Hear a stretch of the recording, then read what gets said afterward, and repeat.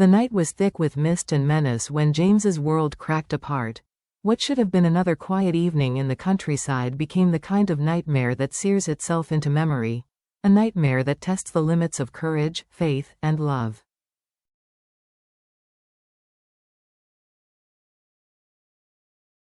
James had driven through the dark countryside, his heart pounding so violently that each bump in the road echoed like a drumbeat of disaster.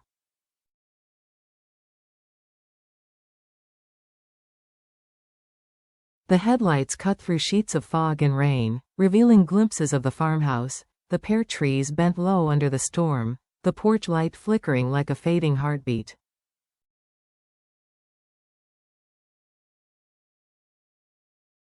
Even before he stepped inside, he sensed something was wrong, the house of silence.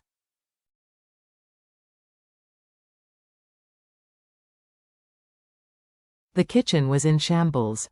A chair overturned, crayons scattered like broken pieces of innocence.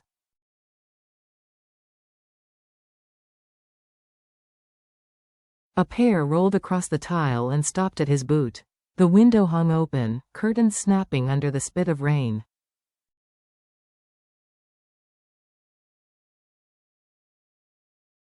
Deep? Me? His voice cracked. Only silence answered, more terrifying than any scream.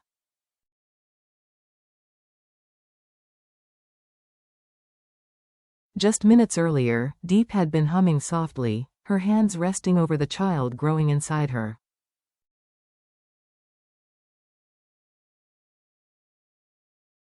Nee had been coloring by the window, her laughter carrying lightly over the sound of distant thunder.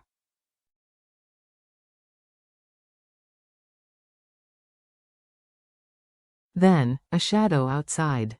Quick, deliberate, dangerous. By the time James arrived, the world he had fought to rebuild was unraveling again.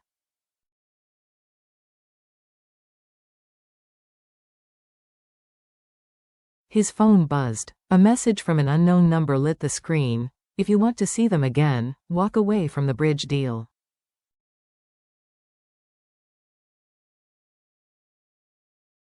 No police, no games. His blood turned cold. It was John. The old grudge had finally come to collect its price.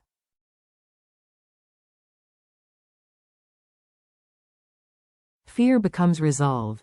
James staggered back, gripping the edge of the table as though the wood itself might hold him up.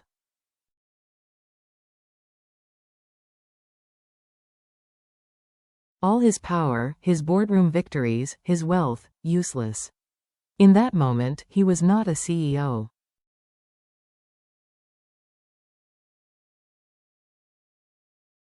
He was just a man staring into the abyss, realizing that the two people who mattered most might be gone.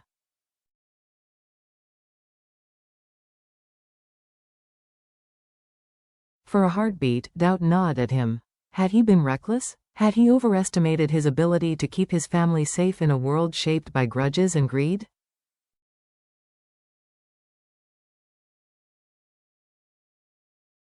Then he remembered Deep's trembling voice the night she whispered, "We'll face every storm together."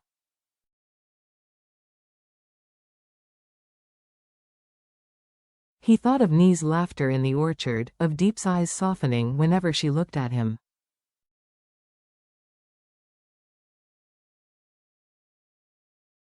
Fear hardened into something else. Desperate, unshakable determination. He dialed his brother.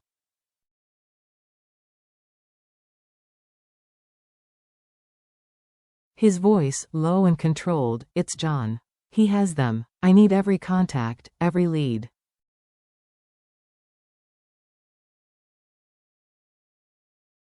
And keep this quiet. A race against dawn. The farmhouse became a war room. Maps and photos spread across the table.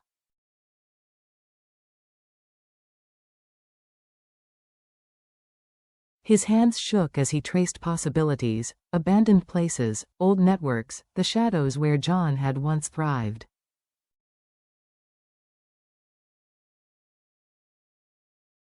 The storm outside broke wide, lightning slicing the sky. James's mind circled back to the abandoned warehouse near the canola fields. a place John had used before.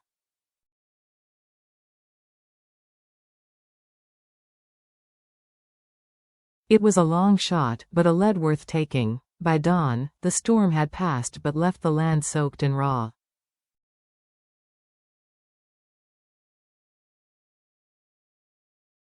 James gripped the steering wheel, every muscle taut. He wasn't thinking about shareholders or land disputes anymore.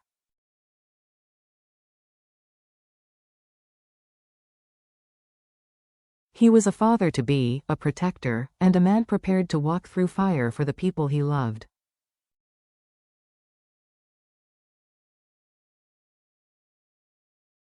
The warehouse. The warehouse loomed like a rusted skeleton. Broken windows, steel ribs sagging against the weight of time.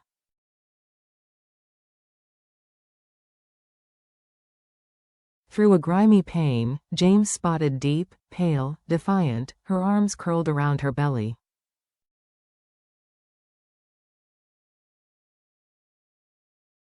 Nee was nowhere in sight, but he prayed she was safe. John's men circled like wolves.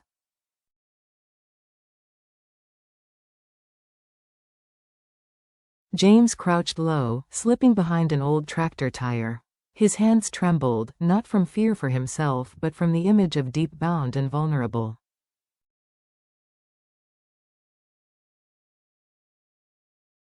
He remembered Nee's tiny fingers, Deep's whispered promise. "We're still here." Inside, Deep's voice carried.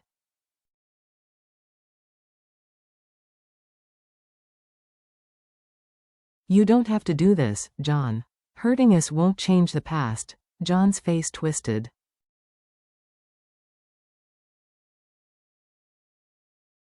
"Your family stole everything. James will learn what it feels like to lose." James spotted an unlocked side door.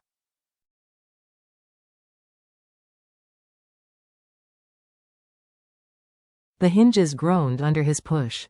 He picked up a length of pipe, cold, solid, grounding.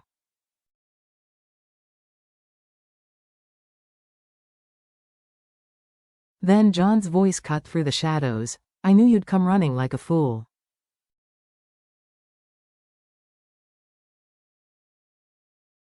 The fight. James stepped into the light, mud streaking his shirt, pipe in hand. "Let them go."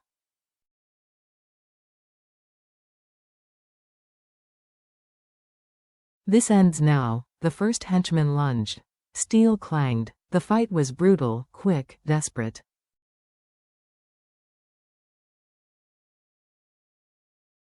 James swung, ducked, struck again. Each movement was fueled by fear transformed into something fiercer.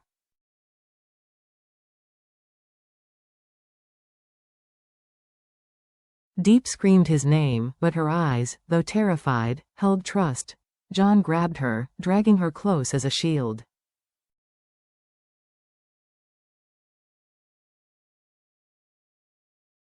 "Drop it, or she's gone." James froze. He let the pipe fall, clattering across the floor.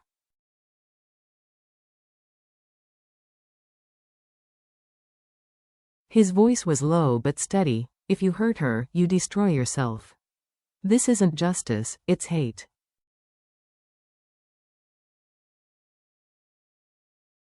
For a moment, hesitation flickered in John's face. Beneath the fury, a ghost of grief.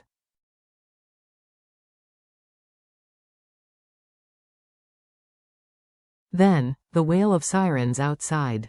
James's brother had ignored the order to keep it quiet.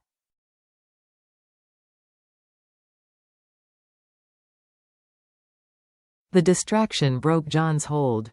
Deep twisted free. James lunged, tackling him into the mud.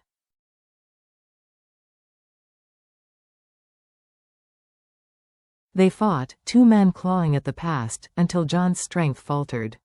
Authorities swarmed the warehouse.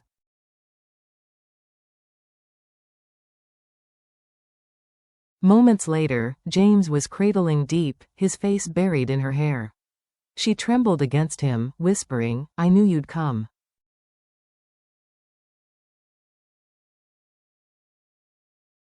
"I almost didn't," he admitted, voice hoarse. "But I couldn't imagine a world without you."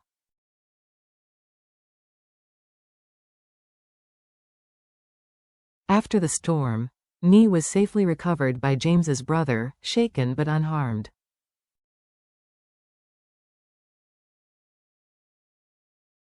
At home, she clung to her coloring book like a shield. James knelt before her. "You're safe now, sweetheart.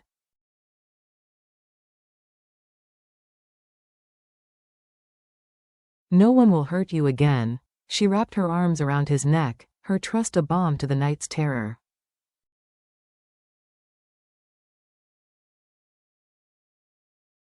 Later, in the kitchen, Deep traced the mud stains on James's shirt.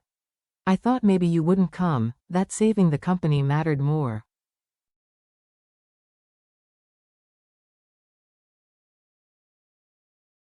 "There was never a choice," James whispered. "It was always you," but both knew the fight wasn't over.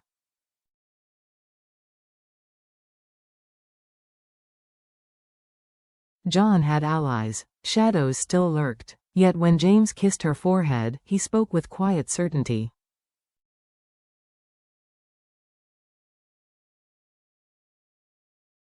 "I won't be alone. I have you. And I'll find a way to end this fragile peace." In the days that followed, plans took root.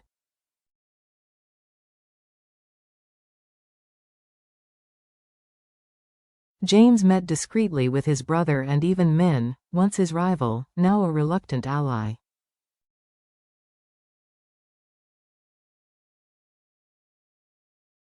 Together, they spoke of rebuilding, of dismantling John's network completely. At night, Deep watched from the farmhouse window, her hand resting on her belly as James spoke with allies under the pear trees.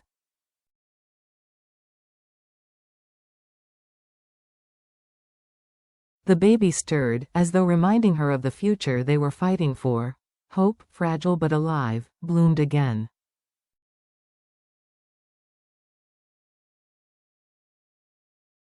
For James, the battles were far from finished. But as dawn broke over the orchard, he knew this truth. No storm, no revenge, no betrayal, no business war, could ever be greater than the vow he carried in his heart.